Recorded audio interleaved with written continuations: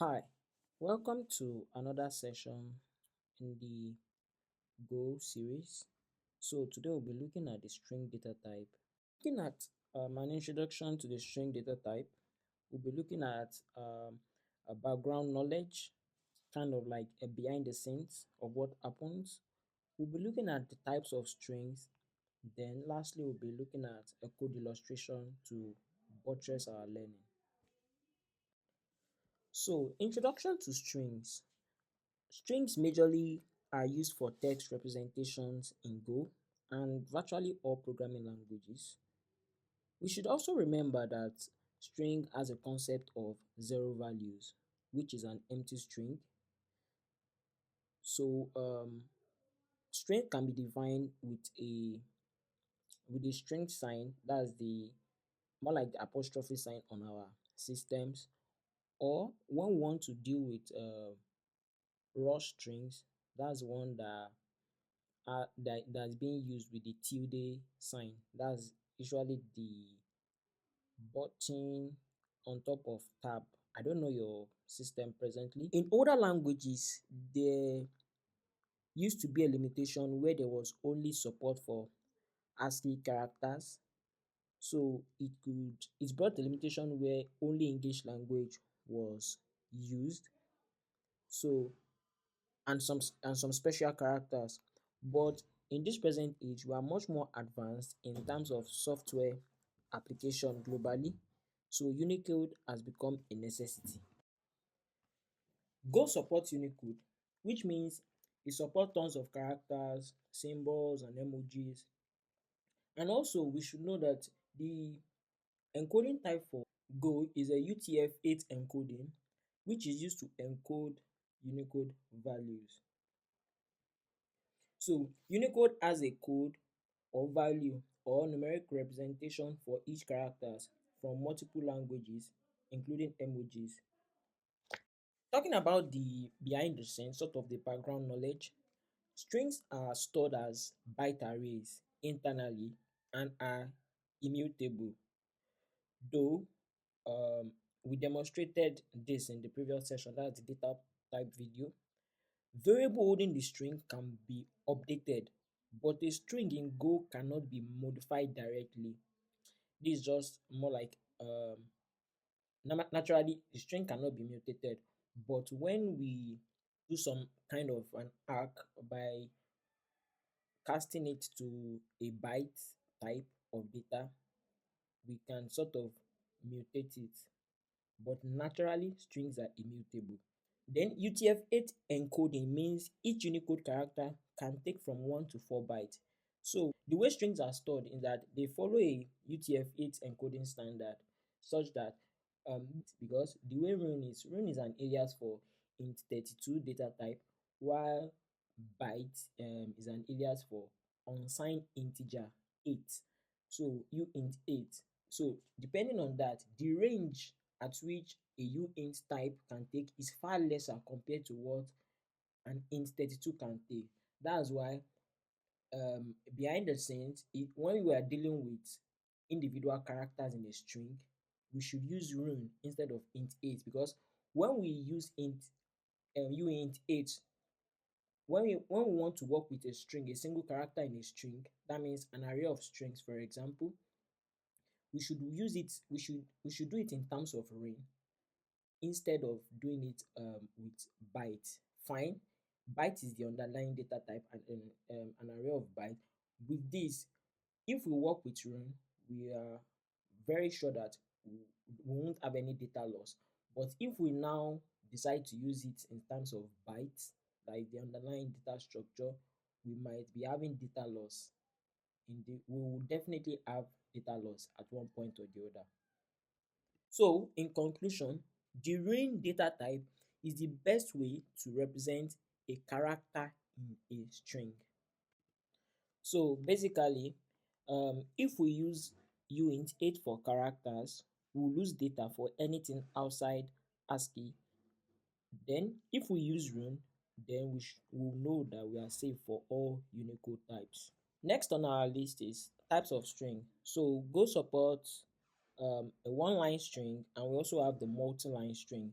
So for the one line string, it can be created by just using the normal string, the normal quotation mark that we all know. Mind you, in some languages like JavaScript, when you use the double quotation mark or the one with single, it means more or less the same thing. But in Go, to represent string data types, we use the one with the double. If you use the single one, that means you are trying to put in a character value, which is not what we are dealing with now. So that's that. Multi-line string can be represented with the tilde sign or the backticks. That's on my system, for example, that's this the key that is on top of the tab key on my keyboard here.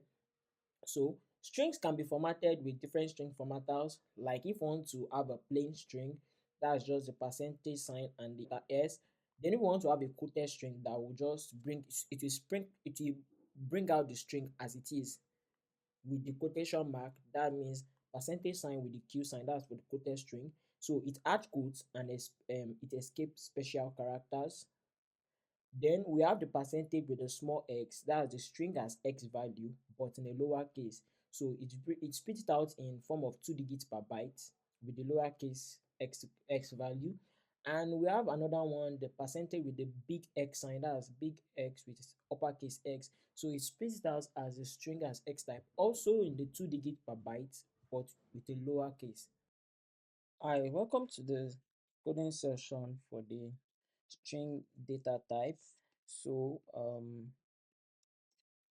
firstly, talking about I'll be talking about the concept of empty values. So, if I have a string, my string has this value. So, when I try to print what's inside the value here, so this actually will result to an empty string. So let me do a go run main.go. So actually nothing is here. Actually this is where the value is, but because we are doing this print ln actually adds it makes the values, the next value come at the next line. So actually nothing is there, but the whole line then is being skipped to the next one. The next one I'll be them okay. I think we are very familiar with this. So my string now is equal to, let me say, hello Miwa. So when I do this, fmt.println, we have my string variable here. So when I do a go run main.go, you can see my name is being output here. So I'll be commenting that. Then the next one we'll be talking about is the concept of raw string. So to construct a raw string in Go, you'll be needing to, so my string is now equal to, uh, let me use my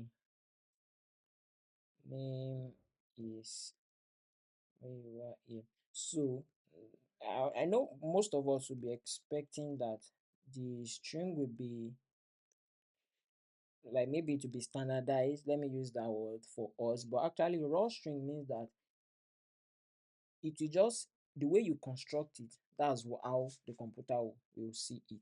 So if I do something like this, you can see. So my name is Mewa. Why are we having space? Okay. Apart from this string here, which I've commented out. So if we have something like this, we have okay. Do we have any? Okay, go run main.go. So what's actually happening is that from here we are jumping to the next line. So this is where our code was run. We're jumping to the next line. Then we are starting with my name is. So after the my name is, we're now jumping to the next line again to finish up our sentence. And there we have Mwewa. So that's just what's happening. Then the reason why we're having these spaces here, that means behind this my and behind this Muewa value is because by default from here a tab is in between this. So we have a tab here and a tab here. So if I do something like this, that means I remove out the tab there. So my Muewa will shift back to the left. So that's just how raw strings work. So the next one I'll be um, illustrating for us is concatenation. So concatenation basically means adding up or joining up strings together. I don't want to use the word adding up so that there won't be any, maybe we are thinking it can be added just like the strings in just like maybe we'll be adding numbers. So actually concatenation means joining or bringing together. So this I will be using, let me use my first name, then a last name. So I'm creating variables. I'm telling the compiler that I want to have the following variables that could be used, and each and every one of them rather, they are strings. That means I can only store string variables, string values inside these three this thing. So this is actually popular. This is another popular way of declaring a variable. So we can declare a number of variables here. If they are same thing, then we'll just add the last one instead of doing each as a single value or single line. So if my first name, sorry, we have a like a typo is, so if my first name is Muiwa, then the last name, that's my surname to Sumo. Then, so if I want to concatenate them now, I can say my full name is actually, that means my first name plus my last name, right? So if I print this to the console, we'll have Muiwa Dosumu, but there's actually an issue I want us to see. So if I do a go run main.go, I can see, okay, let me comment this out.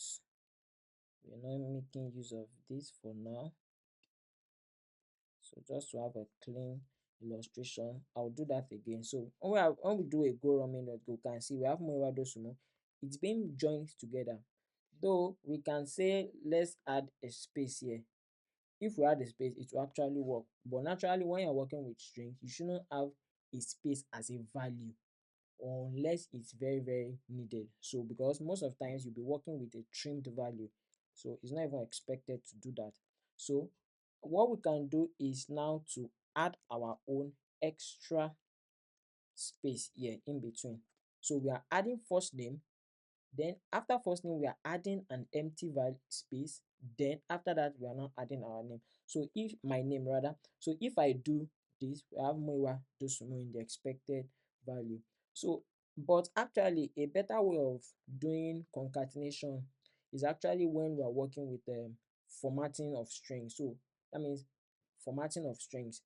So to do it with this FMT package, this is actually a Golang standard library. So if I hover on it, you can check it on the documentation. It's a very, very rich library. You can see all the different kinds of formatting that we can do. It's actually very, very is quite much.